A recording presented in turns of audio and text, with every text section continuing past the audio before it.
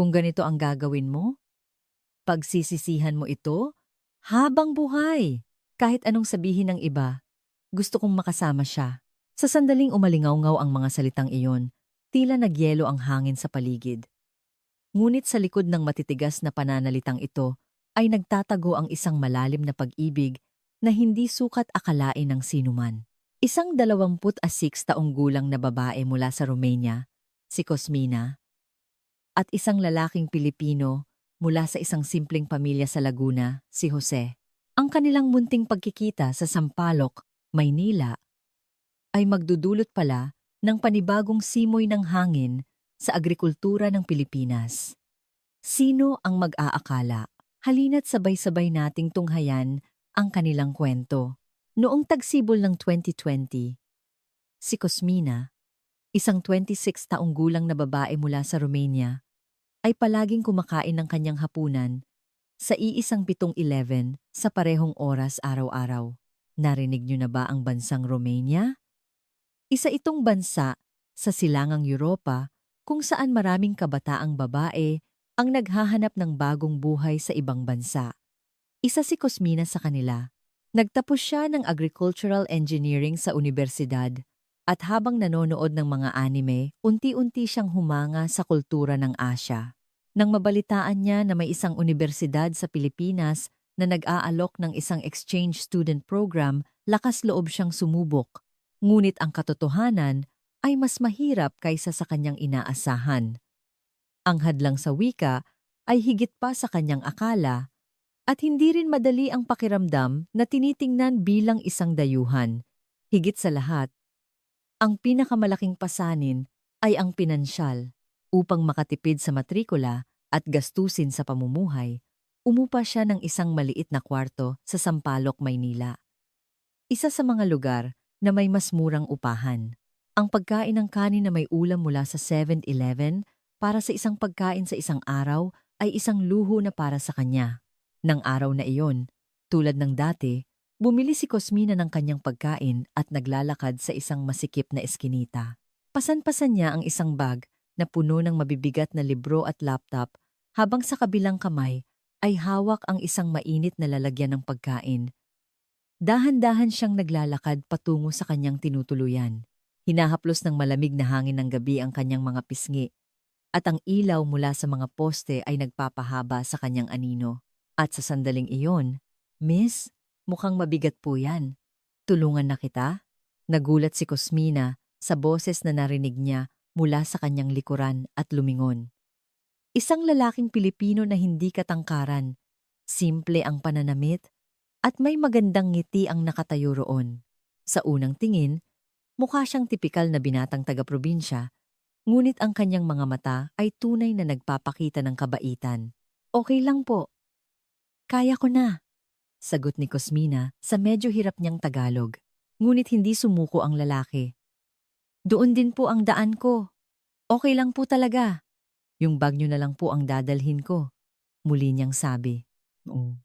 Nag-atubili sandali si Cosmina, ngunit nang makita niya ang sinseridad sa mukha ng lalaki, nagtiwala siya. Ang pangalan pala niya ay Jose, isang ordinaryong anak ng magsasaka mula sa isang maliit na bayan sa Laguna. Sa edad na 32, matapos mag-aral ng high school, ilang taon siyang tumulong sa kanilang bukid, ngunit nagpasya siyang abutin ang kanyang pangarap na maging isang lingkod bayan, kaya't lumuwas siya sa Maynila upang maghanda para sa civil service exam. Bagamat maikli lang ang kanilang sabay na paglalakad, unti-unti nilang nakilala ang isa't isa. Nang sabihin ni Cosmina na galing siya sa Romania, simpleng ngumiti si Jose at sinabing, "Romania po? Saan po yun? Hindi ko po alam. Pero ang layo po pala ng pinanggalingan nyo." Sa ngiting iyon, walang halong pagkukunwari, tanging purong pagkamangha lamang ang naroon. Nang makarating sila sa tapat ng tinutuluyan ni Cosmina, maingat na ibinaba ni Jose ang bag at nagtanong, "Lagi po ba kayong sa 7-Eleven lang kumakain? Gusto niyo po ng ulam? Luto po yan ng nanay ko, masarap po talaga." Nagulat si Cosmina sa simula, ngunit nahirapan siyang tanggihan ang kanyang kabutihan. "Salamat po, Pero okay lang po. Magalang niyang pagtanggi, ngunit baka sa mukha ni Jose ang panghihinayang. Nang gabing iyon, habang nakahiga sa kanyang kama, hindi maalis sa isip ni Cosmina ang lalaking nakilala niya. Mahigit 8 buwan na siya sa Pilipinas, ngunit si Jose ang unang taong nagpakita sa kanya ng tunay na malasakit. Karamihan sa mga tao ay nagiging alanganin o iniiwasan siya kapag nalaman na dayuhan siya. Ngunit si Jose ay nagpakita pa ng interes. Lumipas ang ilang araw, ngunit hindi makalimutan ni Cosmina ang pangyayaring iyon. Sa pag-asang makita siyang muli, dumaan siya sa parehong daan sa parehong oras, ngunit hindi niya nakita si Jose. Gayunpaman, makalipas ang 10 araw, muli silang nagkita sa parehong 7-Eleven. Sa pagkakataong ito, si Jose ang unang nakapansin kay Cosmina at masayang bumati. Miss Cosmina, di ba? Kamusta na po kayo? Nagulat si Cosmina sa masiglang boses ni Jose. Kahit ang pag-alala lang nito sa kanyang pangalan, ay ikinatuwa na niya. Hello. Salamat sa pag-alala, sabi ni Cosmina na may kasamang maliwanag na ngiti. Mula sa araw na iyon, madalas na silang nagkikita sa 7-Eleven. Sa una, inakala niyang nagkataon lang, ngunit kalaunan ay nalaman niyang sinasadya pala ni Jose na pumunta roon sa mga oras na iyon. Ngunit hindi ito napansin ni Cosmina dahil natural na natural ang kilos ni Jose. Habang dumadalas ang kanilang pag-uusap, mas marami pang nalaman si Cosmina tungkol kay Jose. Mayroon siyang kakaibang pagnanasa para sa agrikultura. Alam niyo po, malaki na ang pagbabago sa pagsasaka ngayon. Narinig niyo na po ba ang tungkol sa smart farming? Paliwanag niya habang nagniningning ang kanyang mga mata. Puwede mong kontrolin ang temperatura at halumigmig gamit ang computer at puwede ka ring magdilig gamit ang smartphone. Hindi po ba't kamangha-mangha na mangha si Cosmina? Ang kurso palang tinapos niya sa universidad ay Agricultural Engineering. Talaga? Interesado rin ako dyan. Nag-aral ako ng Agricultural Engineering sa Romania. Lalong nanlaki ang mga mata ni Jose sa sinabi ni Cosmina. Talaga po? Ang galing niyo naman! Ako po, high school graduate lang. Sa sandaling iyon, bahagyang lumungkot ang ekspresyon ni Jose. Tila naramdaman niya ang agwat sa kanilang pinag-aralan. Ngunit, hindi ito pinansin ni Cosmina. Ano naman pong masama doon? May praktikal na karanasan naman po kayo sa pagsasaka. Ako, teorya lang ang alam ko. Sa pamamagitan ng ganitong mga pag-uusap, unti-unti silang naging malapit sa isa't isa. Nagsimulang ikuwento ni Jose ang kanyang mga pangarap kay Cosmina. Balang araw, gusto kong umuwi sa probinsya at gawing moderno ang bukid ng mga magulang ko. Nasasaktan po kasi ako kapag nakikita ko silang nagtatrabaho nang nakayuko at sumasakit ang likod. Naantig si Cosmina sa sinserong pagmamahal ni Jose sa kanyang mga magulang. Sa Romania, ang pagsasaka ay madalas na itinuturing na mahirap na trabaho, ngunit nais ni Jose na mapasaya ang kanyang mga magulang sa pamamagitan nito. Para sa kanya, napakaganda ng puso nito. Lumipas ang 1 buwan at mas naging natural ang kanilang pagkikita. Gaya ng kanyang ipinangako, nagdala si Jose ng lutong bahay na ulam ng kanyang ina sa isang maliit na lalagyan para kay Cosmina. Nang sabihin ko po sa nanay na may kaibigan akong dayuhan, tuwang-tuwa po siya at ipinagbalot ako ng adobo. Sabi niya, ipatikim ko raw po sa inyo. Hindi maipaliwanag ni Cosmina ang kanyang naramdaman nang una niyang matikman ang ulam. Ang malinamnam na lasa nito ay mas espesyal kaysa sa anumang pagkaing natikman niya. Higit sa lahat, ramdam niya ang init at pagmamahal na kalakip nito. Napakasarap po! Pakisabi po sa nanay niyo. Maraming salamat. Natuwa si Jose sa reaksyon ni Cosmina. Sa susunod po, kaldereta naman. Napakagaling pong magluto ng nanay ko. Mula noon, 3 beses sa isang linggo kung magdala si Jose ng lutong bahay na pagkain para kay Cosmina, ngunit hindi lahat ay naging maayos. Napansin ng mga kaibigan ni Cosmina na taga-Romanya ang kanyang pagbabago. Cosmina, parang may iba sa'yo ngayon. May boyfriend ka na ba? Sa tanong ng kanyang kaibigan, nahihiyang umiling si Cosmina, ngunit si Jose ang nasa isip niya. Lalo na ang kanyang kaibigang si Maria, na kasama niya sa dormitoryo, na nag-aalala. Cosmina, mag-ingat ka sa mga lalaking Pilipino, lalo na sa mga taga-probinsya. Narinig ko, medyo konserbatibo raw sila mag-isip. Sa tingin mo ba maiintindihan ka nila? Lalo na't mataas ang pinag-aralan mo? Naguluhan si Cosmina sa sinabi ni Maria. Sa katunayan, sa mga kaibigan niyang dayuhan, madalas siyang makarinig ng mga negatibong kwento tungkol sa mga lalaking Pilipino, lalo na ang mga taga-probinsya na sinasabing tradisyonal daw ang paraan ng pagtrato sa mga babae. Sa tuwing naririnig niya ang mga iyon, naiisip niya si Jose. Ano kayang klaseng tao si Jose? Maiintindihan niya kaya ako? Isang gabi, mas huli kaysa karaniwan nang dumating si Cosmina sa 7-Eleven at nakita niyang naghihintay si Jose. Ngunit ang mukha ni Jose ay malungkot, hindi tulad ng dati. Jose, may problema ba? Nag-aalalang tanong ni Cosmina.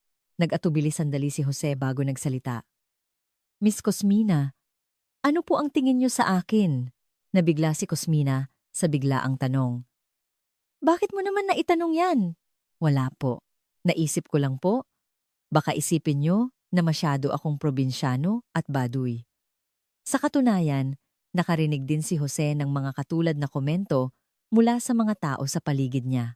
Mga sabi-sabing mataas daw ang pangarap ng mga babaeng dayuhan o masyadong malaki ang agwat ng kanilang pinag-aralan. Dahil dito, bumaba ang kanyang kumpiyansa sa sarili. Naintindihan ni Cosmina ang nararamdaman ni Jose. Dahil siya man ay may katulad na alalahanin. Jose, seryosong sabi ni Cosmina, para sa akin, mas mahalaga ang puso kaysa sa pinag-aralan o pinanggalingan. Sa mga salita ni Cosmina, bumalik ang ngiti sa mukha ni Jose. Nang gabing iyon, mas matagal silang nag-usap kaysa dati. Habang ibinabahagi nila ang kanilang mga takot at alalahanin, mas lalo silang naging malapit. Dahil dito, naging malinaw kay Cosmina ang kanyang nararamdaman para kay Jose. Nagbago ang panahon at dumating ang tag-init. Ang init sa Maynila ay hindi pa sanay si Cosmina. Mainit din sa Romania, ngunit iba ang alinsangan sa Pilipinas. Lalo na noong una siyang makapunta sa isang piyesta kasama si Jose. Naranasan ni Cosmina ang isang mahiwagang sandali habang naglalakad sila sa isang kalyeng puno ng mga taong nakasuot ng barong Tagalog at Filipiniana. Miss Cosmina, mainit po, no? Eto po, gamitin niyo yung pamaypay ko. Inialok ni Jose ang kanyang pamaypay. Wag na, okay lang ako. Itinaboy ni Cosmina ang kamay, ngunit ibinigay na ni Jose ang pamaypay sa kanya. Ang kabaitang iyon ay tila dumaloy mula sa kanyang mga daliri patungo sa kanyang puso. Nang araw na iyon, may espesyal na alok si Jose kay Cosmina. Miss Cosmina, kung may oras po kayo, sana makabisita kayo sa amin sa probinsya. Gustong-gusto na po kayong makilala ng nanay ko. Nagulat si Cosmina. Ang makilala ang mga magulang ni Jose ay nangangahulugan ng higit pa sa pagkakaibigan. Okay lang po ba yun? Baka po magulat ang mga magulang nyo kapag biglang may dayuhang bumisita? Sa pag-aalala ni Cosmina, tumawa si Jose. Hindi po. Gusto pa nga po kayong turuan ni nanay magluto ng adobo. At si tatay naman po, gustong ipakita sa inyo ang aming bukid. Ilang araw, nag-isip si Cosmina. Ang pagpunta sa probinsya ni Jose ay hindi lang basta paglalakbay. Ito ay pagtingin sa ugat ng buhay ni Jose at pagpapatunay sa lugar kung saan nagsimula ang kanyang mga pangarap. Ito rin ay pag-amin sa sarili na lumalalim na ang kanyang nararamdaman para kay Jose. Sa huli, tinanggap ni Cosmina ang alok ni Jose. Sa isang weekend, sumakay sila ng bus patungo sa isang maliit na bayan sa Laguna.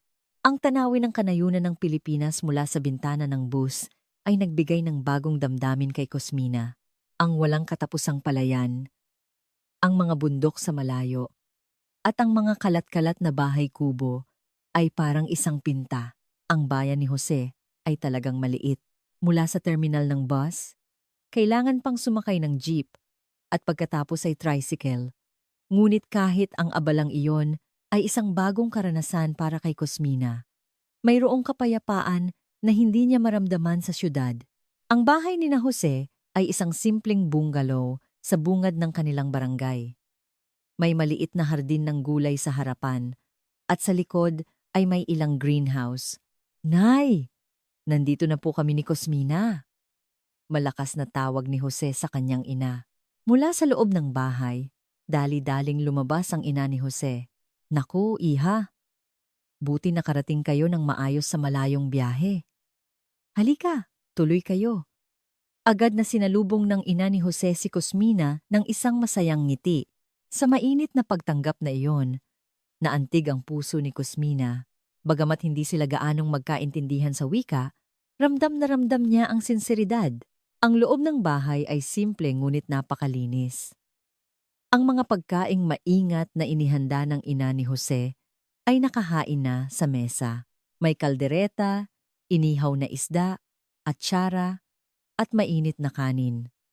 Ito ang unang pagkakataon na makakatikim si Cosmina ng ganito kasaganang lutong bahay na Pilipino.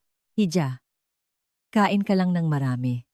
Laging ikinukwento sa amin ni Jose ang tungkol sa'yo kaya sabik na kaming makilala ka. Sa sinabi ng ina, namula ang mukha ni Jose. Nahiya rin si Cosmina. Ngunit kasabay nito ay uminit ang kanyang puso. Masaya siyang malaman na ikinukwento pala siya ni Jose sa kanyang pamilya. Pagkatapos kumain, dinala ni Jose si Cosmina sa kanilang bukid. Sa loob ng greenhouse, lumalaki ang mga gulay tulad ng kamatis, pipino at talong na mukhang napakasariwa. Jose, ang galing, ang gaganda ng mga gulay na pinalalaki nyo. Sa papuri ni Cosmina, ipinagmalaki ito ni Jose. Basic pa lang po ang mga pasilidad namin, pero balang araw, gusto ko po itong gawing fully automated na smart farm. Sakto namang dumating ang ama ni Jose. Tay, si Cosmina po. Sa pagpapakilala ni Jose, tahimik na tumango ang kanyang ama. Ang layo ng binyahe mo, iha. Inaalagaan ka ba nitong anak namin? Sa magalang na bati ng ama. Yumuko si Cosmina. Dinala ng ama si Cosmina sa harap ng bagong kabit na solar panel. Ito, si Jose ang nag-research at nagpakabit nito. Malaki raw ang matitipid sa kuryente at maganda pa sa kalikasan. Sa boses na puno ng pagmamalaki ng ama, ramdam ang tiwala niya kay Jose. Pagsapit ng gabi, nagsalusalo ang buong pamilya sa hapunan. Umuwi rin ang kapatid na babae ni Jose mula sa universidad. Ate Cosmina, ang ganda-ganda niyo po. Laging bukang bibig ni Kuya, Cosmina. Cosmina. Kaya, na-curious po ako. Sa biro ng kapatid, nagtawanan ang buong pamilya. Nang gabing iyon, natulog si Cosmina sa bahay ni na Jose. Inihanda ng ina ang kanyang higaan at nagtimpla pa ng mainit na gatas. Hija, matulog ka ng mahimbing. Mabait na bata si Jose, kaya sana alagaan mo siya. Sa sinserong pakiusap ng ina, muntik nang maiyak si Cosmina. Bago matulog, pinasyalan ni Cosmina ang kwarto ni Jose. Maliit lang ito ngunit napakaayos. Sa kanyang mesa, katabi ng mga reviewer para sa civil service exam, ay may mga libro tungkol sa agrikultura. Sa pader, may nakadikit na papel na may sulat na, babaguhin ko ang kinabukasan ng pagsasaka. Jose, ang sipag mo palang mag-aral. Sa sinabi ni Cosmina, nahiya si Jose. Wala po yan. May pangarap lang po kasi ako. Sa sandaling iyon, naging malinaw na kay Cosmina ang kanyang nararamdaman para kay Jose. Nais niyang makasama habang buhay ang isang taong may ganitong pangarap at pagnanasa. Pagkatapos ng weekend na iyon, bumalik si Cosmina sa Maynila na tila ibang tao na. Matapos makita ang init at sinseridad ng pamilya ni Jose at ang pangarap na hinahangad nito, tuluyan nang nahulog ang kanyang loob. Ngunit pagbalik sa realidad, bumuhos ang iba't ibang alalahanin. Ang pinakamalaking problema ay ang tingin ng mga tao sa paligid. Napansin ng mga kaibigan niyang taga-Romanya ang kanyang pagbabago at nag-alala. Cosmina, seryoso ka ba talaga sa lalaking yan na taga-probinsya? Sa tingin mo ba kakayanin mong mamuhay bilang asawa ng isang magsasaka?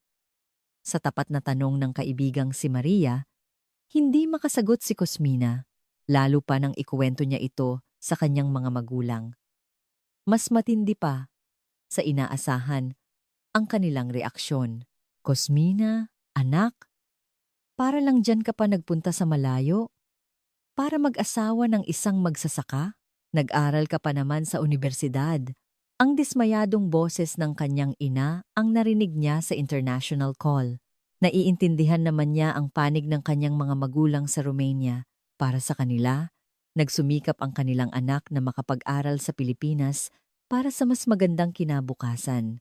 Kaya ang manirahan sa probinsya ay tila isang pag-atras. Kakausapin ko ang tatay mo.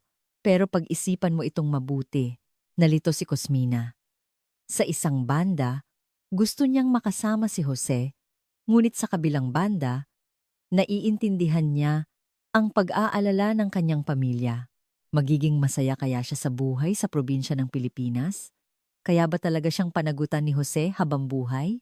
Ang mga tanong na ito ay paulit-ulit na umiikot sa kanyang isipan. Napansin ni Jose ang pag-aalala ni Cosmina, kaya naging mas maingat siya. Miss Cosmina, baka po masyado akong nagmamadali kung nabibigatan po kayo. Ang maalalahaning salita ni Jose ay lalo pang nagpasakit sa puso ni Cosmina. Alam niyang nag-aalala rin si Jose dahil sa kanya. Isang gabi, mas maaga siyang dumating sa 7-Eleven at nakita niyang may kausap si Jose na isang lalaki. Nakasuot ito ng formal na damit at mukhang office worker. Jose, may edad ka na rin. Kailangan mo nang mag-isip ng praktikal. Baka maging problema pa? Yang babaeng dayuhan sa huli. Nang marinig iyon ni Cosmina, kumirot ang kanyang dibdib. Kahit sa paligid ni Jose, may mga negatibong sinasabi tungkol sa kanya. Mariing tumutol si Jose. Sir, wag po kayong magsalita ng ganyan. Mabuting tao po si Cosmina. Oo na, mabuting tao siya. Inaamin ko. Pero isipin mo ang realidad. Mag-aalala rin ang mga magulang mo, may problema sa wika at nariyan pa ang pagkakaiba ng kultura. Hindi makasagot si Jose sa sinabi ng lalaki. Dahil may punto rin naman ito, matapos marinig ang usapang iyon, umuwi si Cosmina nang hindi na bumili ng pagkain. Sobrang gulo ng kanyang isip. Sigurado siya sa nararamdaman niya para kay Jose, ngunit napakaraming praktikal na problema. Baka pabigat lang ako kay Jose, naisip niya. Ilang araw niyang iniiwasan si Jose. Hindi na siya pumupunta sa 7-Eleven at umiiwas sa daan kung saan sila maaaring magkita. Ngunit hinanap siya ni Jose. Naghintay ito sa tapat ng tinutuluyan ni Cosmina. Miss Cosmina, may nagawa po ba akong mali? Tanong nito. Wala. Wala kang kasalanan, Jose. Nakayukong sagot ni Cosmina. Kung ganoon po, bakit niyo po ako iniiwasan? Ilang araw na po kayong hindi nagpaparamdam. Nanghina ang puso ni Cosmina sa nag-aalalang boses ni Jose. Sa huli, ikinuwento ni Cosmina ang narinig niyang usapan. Narinig ko po ang sinabi ng kaibigan niyo. Mukhang nahihirapan kayo dahil sa akin. Nagulat si Jose sa sinabi ni Cosmina. Miss Cosmina, huwag niyo pong pansinin yon. Kahit anong sabihin ng iba, hindi po magbabago ang nararamdaman ko.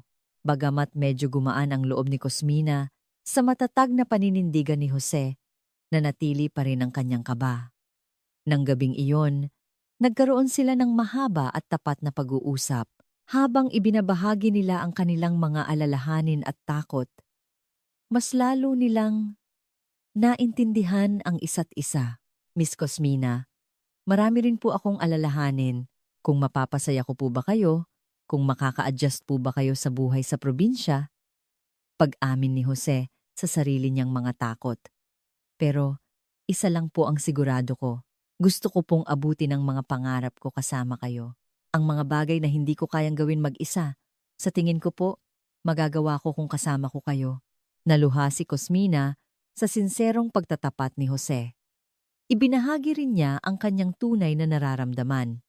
Jose, takot din ako, pero nang makilala ko ang pamilya mo, naramdaman ko na ang tunay na kaligayahan ay hindi galing sa pinag-aralan o pera, kundi sa puso. Sa pamamagitan ng pag-uusap na iyon, mas lalong tumibay ang kanilang pagtitinginan. Bagamat maraming problemang kailangang harapin, naniwala silang malalampasan nila ito ng magkasama. Ngunit makalipas ang ilang araw, isang hindi inaasahang pagsubok ang dumating kay Cosmina. Nakatanggap siya ng balita mula sa Romania na may malubhang sakit ang kanyang ama. Umiiyak ang kanyang ina sa telepono. Cosmina, anak, gusto kang makita ng tatay mo. Umuwi ka na agad. Nagpanik si Cosmina sa biglaang balita. Kung uuwi siya sa Romania, ano ang mangyayari sa relasyon nila ni Jose? Ngayong kalinaw lang ng kanilang nararamdaman. Bakit nangyari pa ito nang ipaliwanag niya ang sitwasyon kay Jose? Walang pag-aalinlangan itong sumagot. Miss Cosmina, umuwi po kayo agad. Pamilya ang dapat mauna. Naantig si Cosmina sa pangunawa ni Jose, ngunit kasabay nito ay kinabahan siya. Paano kung magkahiwalay sila at hindi na muling magkita? Jose, kung uuwi ako, hindi ko alam kung kailan ako makakabalik. Sa nag-aalalang boses ni Cosmina, hinawakan ni Jose ang kanyang kamay ng mahigpit. Okay lang po, maghihintay ako. Ipagdarasal ko po na gumaling agad ang tatay niyo. Isang linggo matapos magmadaling umuwi si Cosmina sa Romania, isang seryosong sitwasyon ang kanyang dinatnan.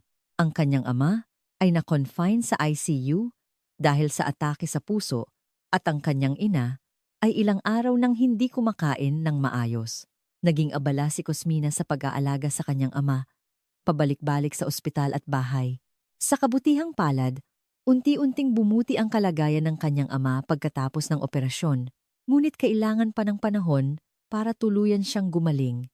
Kaya't kinailangan ni Cosmina na manatili sa Romania nang mas matagal.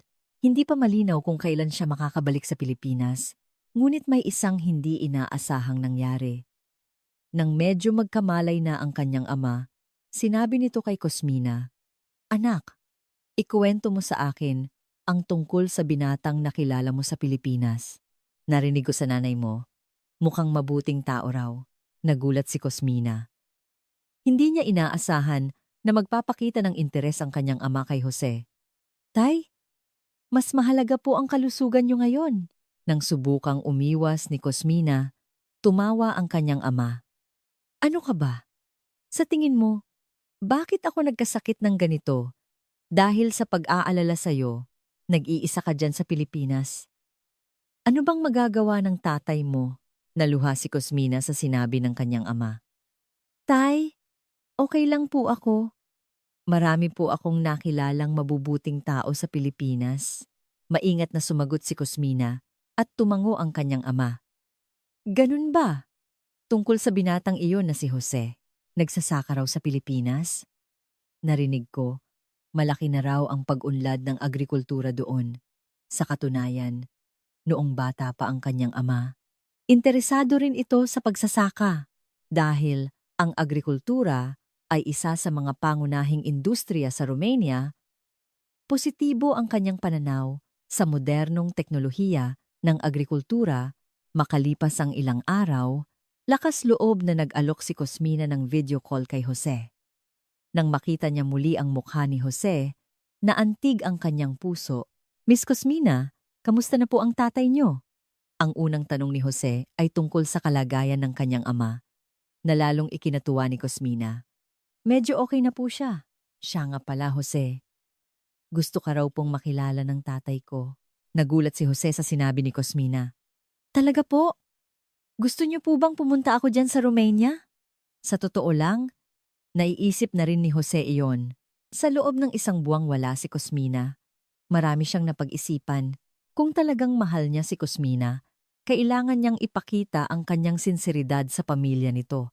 Ngunit mahal ang pamasahe sa eroplano, kailangan pang kumuha ng visa at nag-aalala si Cosmina. Ngumiti si Jose at sinabing, "Okay lang po. Gusto ko rin pong subukang mag-travel sa ibang bansa. At saka, gusto ko pong magbigay galang sa pamilya niyo." Makalipas ang 10 araw, dumating si Jose sa Romania. Nang salubungin siya ni Cosmina sa airport, hindi siya makapaniwala kung panaginip ba o totoo. "Jose, dumating ka nga talaga?" Sa nanginginig na boses ni Cosmina, ngumiti ng malaki si Jose. "Miss Cosmina, na-miss po kita. At saka, gusto ko pong batiin ang tatay niyo." Isang maliit na bag lang ang dala ni Jose, ngunit sa loob nito ay may iba't ibang pasalubong mula sa Pilipinas. May dried mangoes, kapeng barako, at mga produktong agrikultural na siya mismo ang nagtanim. Nagulat ang mga magulang ni Cosmina nang makilala si Jose. Mas magalang at masipag siyang binata kaysa sa inaasahan nila. Bagamat hindi sila nagkakaintindihan sa wika, ramdam na ramdam ang sinseridad ni Jose, lalo na ang kanyang ama, na nagpakita ng malaking interes sa mga produktong agrikultural na dala ni Jose. Ito ba ang mga itinanim sa Pilipinas? Napakaganda ng kalidad. Sa papuri ng kanyang ama, ipinagmalaki ito ni Jose. Nanatili si Jose sa Romania ng 1 linggo. Sa panahong iyon, nakabuo siya ng malalim na ugnayan sa pamilya ni Cosmina. Hindi man sila nagkakaintindihan sa salita, nagkakaunawaan naman sila sa puso, lalo na ang kanyang ama, na labis na humanga sa pagnanasa ni Jose sa agrikultura. "Cosmina, anak, totoo ang binatang yan. Makikita mo sa mga mata niya." Napakasaya ni Cosmina nang makita si Jose na nakuha ang pagtanggap ng kanyang ama. Ang pinakamalaki niyang alalahanin ay nawala na. Nang paalis na si Jose sa Romania, sinabi ng kanyang ama kay Cosmina, "Anak, mamuhay kang masaya kasama ang binatang iyan sa Pilipinas. Pinapayagan na kita." Sa mga salitang iyon, hindi napigilan ni Cosmina ang kanyang mga luha. Pagbalik nila sa Pilipinas, nagsimula na silang magplano para sa kanilang kinabukasan. Ngunit, habang nagpaplano sila, mas marami pa silang problemang kinaharap kaysa sa inaasahan. Ang pinakamalaki ay ang pinansyal. Naghahanda pa rin si Jose para sa civil service exam, at si Cosmina naman ay nasa huling semestre na sa unibersidad. Hindi madaling pag-usapan ang kasal kapag pareho silang walang matatag na kita, lalo na para kay Cosmina. Kailangan niyang dumaan sa maraming legal na proseso para manirahan sa Pilipinas. "Miss Cosmina, baka masyado po akong nagmamadali. Dapat po siguro naging mas stable muna ako bago ko binuksan ang usapan ng kasal." Paninisi ni Jose sa sarili habang iniisip ang mga praktikal na problema. Ngunit mas naging positibo si Cosmina. "Jose, huwag kang mag-alala. Pwede naman akong magtrabaho. Medyo magaling na rin ako magtagalog at may kaalaman ako sa agrikultura kaya sigurado akong may magagawa ako." Nabigyan ng lakas ng loob si Jose sa positibong pananaw ni Cosmina, ngunit nanatili pa rin ang kanyang kaba. Ngunit sa pagkakataong ito, isang hindi inaasahang pagkakataon ang dumating. Sa isang pag-aaral tungkol sa agrikultura na dinadaluhan ni Jose, nagbigay ng isang espesyal na lecture ang isang CEO ng isang kumpanya sa agrikultura. Ang kumpanyang iyon ay isang startup na nagde-develop ng teknolohiya para sa smart farming at may programa para suportahan ang mga batang magsasaka.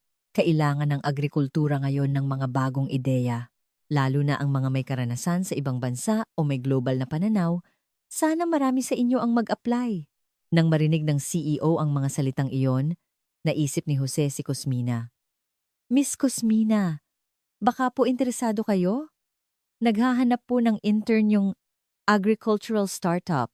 Nagniningning ang mga mata ni Cosmina sa alok ni Jose. "Talaga? Sa tingin mo, puwede ako?" Lakas loob na nagpasa ng aplikasyon si Cosmina sa kumpanyang iyon. Ipinagmalaki niya ang kanyang kurso sa agricultural engineering sa Romania at ang kanyang karanasan sa Pilipinas. Lalo na ang isang ulat na isinumite niya na nagkukumpara sa teknolohiya ng agrikultura sa silangang Europa at sa Pilipinas. Sa kanyang pagkagulat, nakapasa si Cosmina sa interview. Ang CEO ng kumpanya ay labis na humanga sa global na pananaw at kaalaman ni Cosmina. Ang mga taong tulad mo, Miss Cosmina, ang kailangan ng industriya ng agrikultura sa ating bansa. Masaya kaming makatrabaho ka. Nagsimulang magtrabaho si Cosmina bilang intern at napakasipag niya. Mula sa pananaliksik sa teknolohiya ng smart farming hanggang sa marketing sa ibang bansa, ginamit niya ang lahat ng kanyang kaalaman at kakayahan, lalo na sa pagpaplano ng pagpasok sa merkado ng silangang Europa. Naging mahalaga ang kanyang papel. Samantala, nagsimula ring magbago si Jose. Nang makita niya si Cosmina na aktibo sa larangan ng agrikultura, naisip niyang kailangan din niyang maging mas agresibo sa pag-abot ng kanyang mga pangarap. Isinantabi niya muna ang pag-aaral para sa civil service exam at nagpa siyang pumasok sa larangan ng agricultural startup kasama si Cosmina. Miss Cosmina, gusto ko rin pong magtrabaho sa kumpanyang yan. Posible po kaya?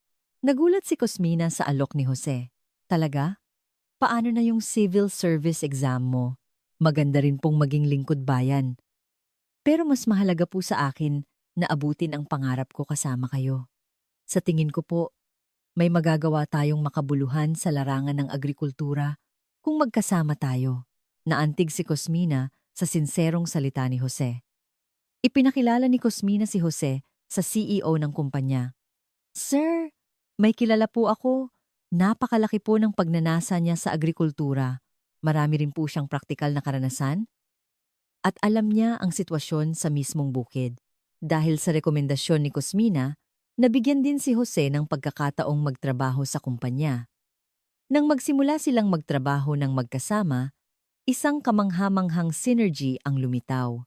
Ang kaalaman sa teorya at global na pananaw ni Cosmina at ang praktikal na karanasan at kakayahan ni Jose ay perpektong nagkomplemento sa isa't isa. Maging ang kumpanya ay labis na humanga sa kanilang teamwork, lalo na ang isang smart farming package na kanilang binuo para sa maliliit na magsasaka na naging pangunahing produkto ng kumpanya. Ang mga umiiral na teknolohiya ng smart farming ay para sa malalaking bukid kaya't mahirap gamitin para sa maliliit na magsasaka tulad ng mga magulang ni Jose. Ang teknolohiyang ito, pwede nating gamitin sa bukid ng mga magulang ko. Sobrang tuwa ni Jose. Nakita niya ang posibilidad na magkatotoo ang kanyang pangarap. Ganoon din si Cosmina, puno ng pagnanasa. Jose, sa tingin ko, pwede rin nating gamitin ang teknolohiyang ito sa Romania. Pwede tayong maging tulay sa pagitan ng dalawang bansa. Lubos na sumang-ayon si Jose sa pananaw ni Cosmina. Makalipas ang ilang buwan, nagsimulang magbunga ang kanilang mga pagsisikap. Ginawa silang regular na empleyado ng kumpanya at binigyan pa sila ng sarili nilang project team. Nagsimula na rin silang maging stable sa pinansyal. Ngunit may isang mas malaking pagkakataon na darating. Isang araw, tinawag silang dalawa ng CEO. Cosmina, Jose, naisip niyo na bang magtayo ng sarili niyong negosyo? Sa tingin ko, pwedeng mag-invest at suportahan kayo ng aming kumpanya. Ang alok ng CEO ay isang hindi inaasahang pagbabago sa buhay ni na Cosmina at Jose. Ang magtayo ng sariling negosyo ay isang hamon, ngunit kasabay nito ay isang pagkakataon upang ganap na matupad ang kanilang mga pangarap. Talaga po? Mag-invest po kayo sa mga tulad namin? Hindi makapaniwalang tanong ni Cosmina.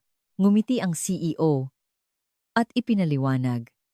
Ang teknolohiya para sa maliliit na smart farming na binuo ninyo, Cosmina at Jose, ay talagang makabago. Malaki rin ang potensyal nito sa merkado. Pero wala po kaming karanasan sa pagnenegosyo, nag-aalalang sabi ni Jose. Umiling ang CEO. Ang karanasan, natututunan yan. Ang mahalaga ay ang pagnanasa at teknolohiya. At pareho nyo, nang taglay, yan. Sa katunayan, ayaw din ng kumpanya na pakawalan ang teknolohiya ni na Cosmina at Jose. Lalo na kung iisipin ang posibilidad ng pagpasok sa ibang bansa, ang kaalaman at global network ni Cosmina ay napakahalagang asset. Mas matalinong pagpili na panatilihin ang partnership sa pamamagitan ng pamumuhunan. Ito ang kondisyon. Magbibigay kami ng paunang puhunan na 1 milyong piso, teknolohiya, at lugar para sa negosyo. Bilang kapalit, makukuha namin ang 30% ng shares. Ang alok ng CEO ay talagang napakaganda. Hindi nila pinangarap na mabigyan ng ganitong pagkakataon bilang mga bagong empleyado. Ilang araw na nag-isip sina Cosmina at Jose, ang iwanan ang isang matatag na trabaho at sumabak sa pagnenegosyo ay isang mapanganib na desisyon. May posibilidad na mabigo at lalo na para kay Cosmina, kailangan niyang isaalang-alang ang kanyang status ng paninirahan sa Pilipinas, ngunit ang kanilang mga puso ay nakapagpasya na. Jose, subukan natin. Kailan pa kaya darating ang ganitong pagkakataon?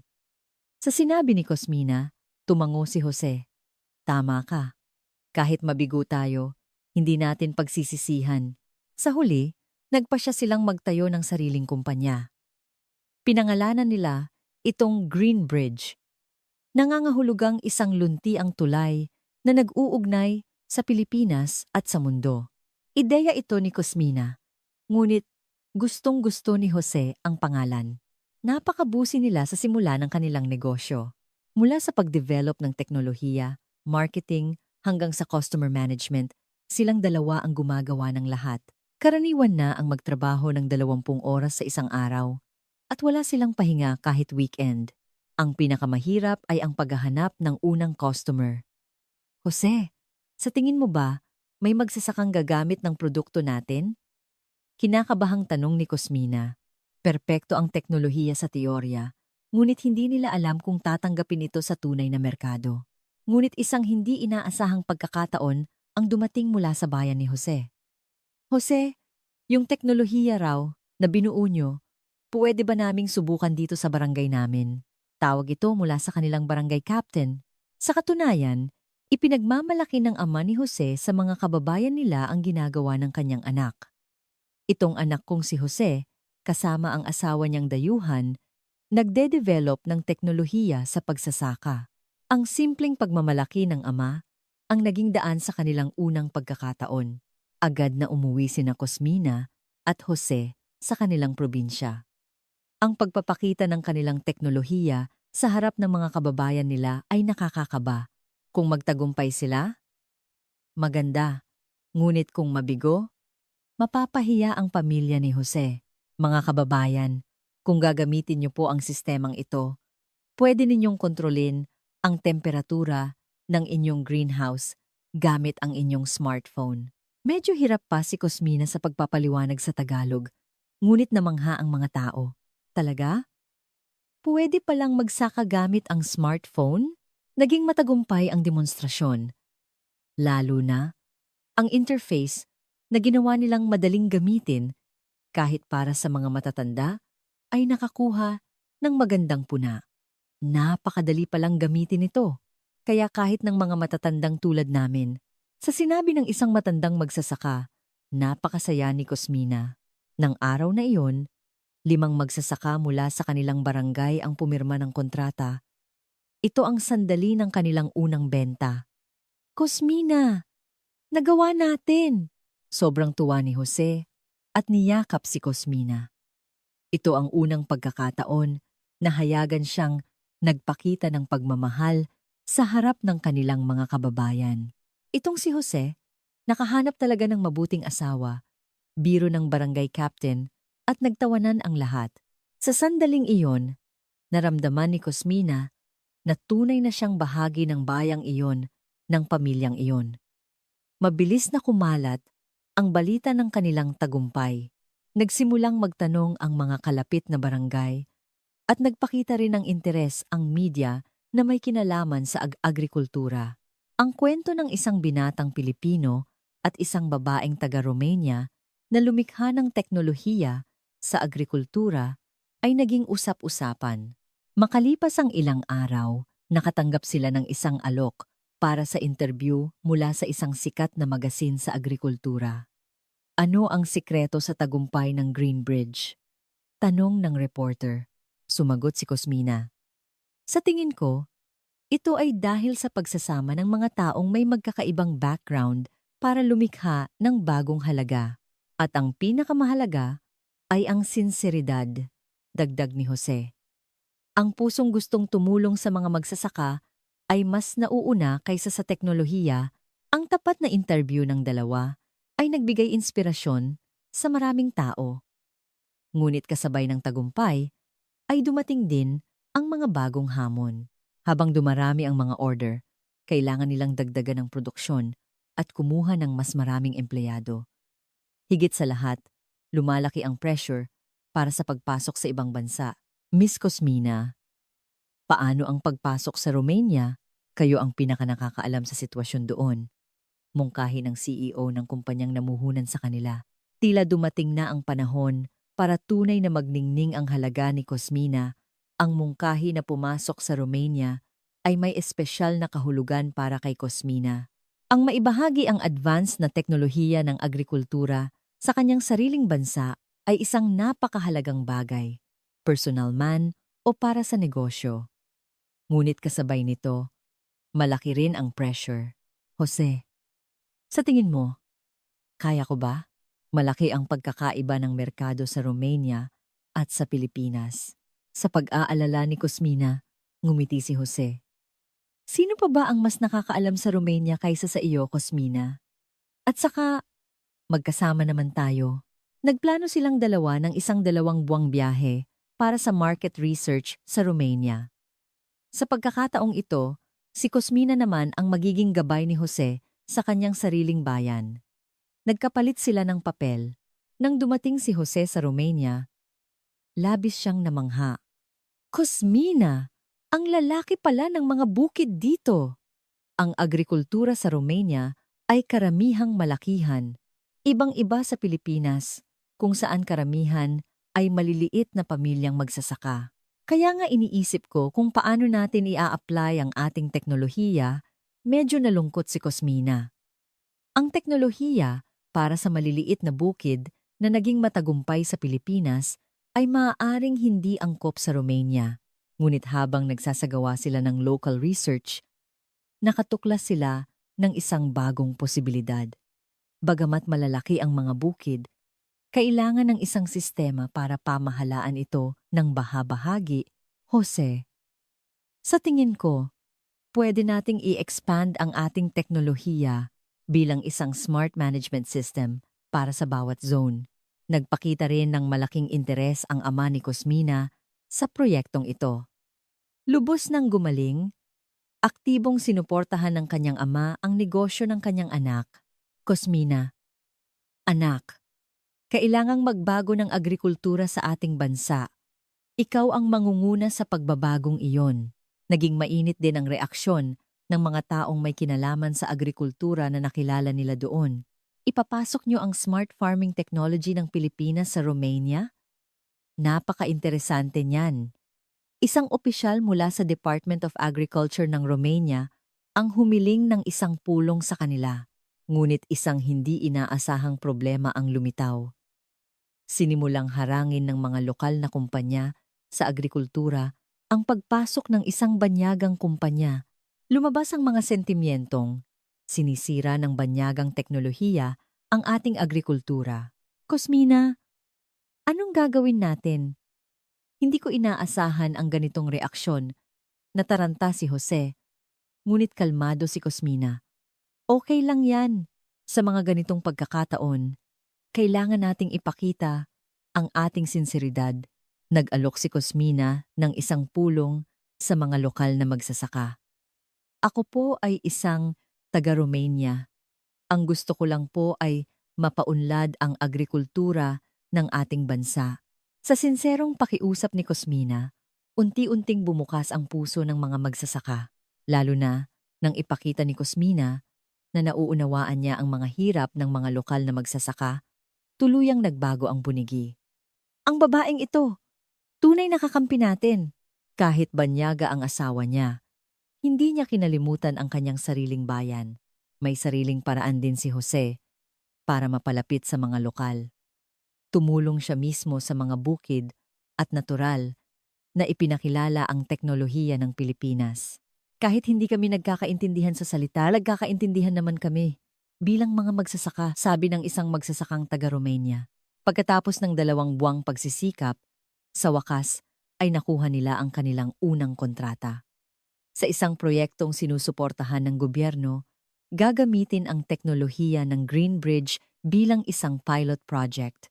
Cosmina, nagawa talaga natin. Tuwang-tuwa si Jose. Ang balita ng kanilang tagumpay sa Romania ay malaki ring ibinalita sa Pilipinas. Ang mga artikulong teknolohiya ng agrikultura ng Pilipinas pumasok sa Romania ay lumabas sa maraming media at lalo na ang kanilang internasyonal na love story ay naging usap-usapan. Pagbalik nila sa Pilipinas, isang mas malaking pagkakataon ang naghihintay sa kanila. Maraming kumpanya ang nag-alok ng karagdagang pamumuhunan at pinili rin sila ng gobyerno para sa isang programa ng suporta sa pagpasok sa ibang bansa. Parang naging isang internasyonal na kumpanya na talaga tayo, sabi ni Cosmina. Tumango si Jose. Pero ang pinakamasaya sa lahat ay nagawa natin ito ng magkasama. Ngunit sa gitna ng abalang iskediul ng negosyo, hindi nila kinalimutan ang kanilang personal na kaligayahan. Pagkatapos bumalik mula sa Romania, opisyal na nag-propose si Jose kay Cosmina. Cosmina, gusto ko nang mag-propose sa'yo ng maayos. Gusto kong makasama ka habang buhay. Naluha si Cosmina nang makita si Jose na nakaluhod sa harap ng 7-Eleven sa Sampaloc. Oo, Jose. Gusto ko ring makasama ka habang buhay. Nagpalakpakan ang mga tao sa paligid. Ang proposal na ginawa sa lugar kung saan sila unang nagkita ay napakaromantiko. Ang paghahanda sa kasal ay isinabay sa abalang iskediul ng kanilang negosyo. Nagpasya silang magdaos ng kasal sa parehong Pilipinas at Romania. Ito ay para makadalo ang mga pamilya at kaibigan mula sa parehong bansa. Lalo na sa kasal sa Romania, maraming lokal na magsasaka ang dumalo. Napakabuting asawa ang nahanap ni Cosmina sa Pilipinas. Congratulations! Habang tinatanggap ang mga pagbati mula sa kanyang mga kababayan, napakasaya ni Cosmina. Kasabay ng kanilang kasal, lalo pang lumago ang kanilang negosyo. Ang Green Bridge ay nagpaplano na. Ngayong pumasok hindi lang sa Pilipinas at Romania, kundi pati na rin sa ibang bansa, sa Timog Silangang Asya. Ang mga pangarap ni Cosmina at Jose ay nagiging totoo. Makalipas ang 1 taon mula nang sila ay ikasal, tuluyan nang nagbago ang buhay ni Cosmina at Jose. Ang Green Bridge ay isa ng medium-size na kumpanya na may 25 empleyado at isang internasyonal na kumpanya sa teknolohiya ng agrikultura na pumasok na sa ilang bansa sa silangang Europa. Ngunit, ang pinakamalaking pagbabago para sa kanila ay iba. Jose, makapaniwala ka ba? Nakangiting sabi ni Cosmina habang hinihimas ang kanyang tiyan. Sa loob ng kanyang sinapupunan, isang bagong buhay ang nabubuo. Ang baby natin, matututo siyang magsalita ng Tagalog at Romanian, sabi ni Jose habang inilalapit ang kanyang tenga sa tiyan ng asawa at kinakausap ang sanggol. Baby, ang tatay mo, Pilipino, at ang nanay mo, Romanian? Magiging napaka-espesyal mong bata. Ang mga ganitong payapang sandali ang pinakamahalaga para sa kanila. Mula nang magbuntis, mas naging seryoso silang mag-isip tungkol sa hinaharap. Mahalaga ang negosyo, ngunit mas mahalaga ang kapaligiran na kanilang ibibigay sa kanilang anak. Cosmina, paano ang edukasyon ng anak natin? Tanong ni Jose. May plano na si Cosmina. Dahil dito siya ipapanganak sa Pilipinas, natural na matututo siya ng Tagalog. Sa bahay, tuturuan ko siya ng Romanian at paminsan-minsan, pupunta tayo sa Romania para makilala niya ang kanyang lolo at lola. Ang kanilang internasyonal na background ay lalo pang nagningning sa kanilang negosyo, lalo na nang mapili sila bilang partner sa agrikultura para sa mga patakaran ng gobyerno ng Pilipinas at nagsilbi pa silang opisyal na channel para sa diplomasya.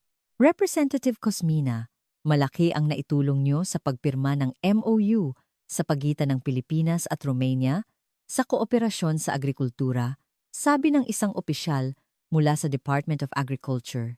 Ipinagmalaki ito ni Cosmina, napakahiwaga na ang personal na pag-ibig ay umunlad sa kooperasyon.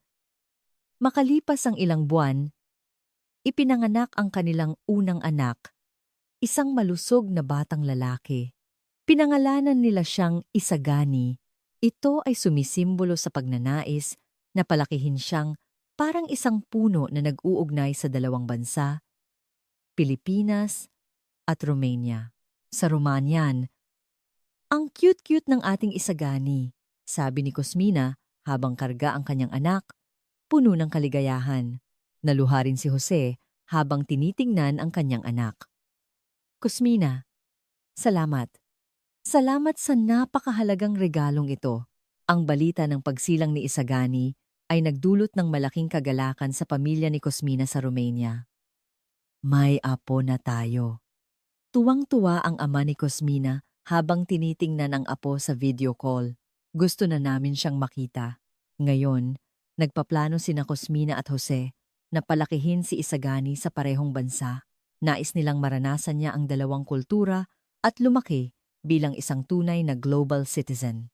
Ang munting pagkikita na nagsimula sa isang 7-Eleven sa Sampaloc 4 na taon na ang nakalipas ay isa na ngayong international na kwento ng tagumpay. Ngunit para kina Cosmina at Jose, ang pinakamahalaga pa rin ay ang kanilang pagmamahalan at ang kaligayahan ng kanilang pamilya. Jose, 4 na taon na ang nakalipas. Sa 7-Eleven na iyon, maraming salamat sa pagtulong mo sa akin. Sa dala-dalahan ko, sabi ni Cosmina. Ngumiti si Jose at sumagot. "Ako ang dapat magpasalamat, Cosmina. Ang makilala ka ang pinakamagandang swerte sa buhay ko. Ang kanilang pag-ibig ay naipapasa na ngayon sa susunod na henerasyon sa pamamagitan ni Isagani. At ang kumpanyang kanilang binuo ay nag-aambag sa pag-unlad ng agrikultura sa buong mundo. Isang tunay na magandang bunga ng pag-ibig. Maraming salamat sa inyong pagbabasa.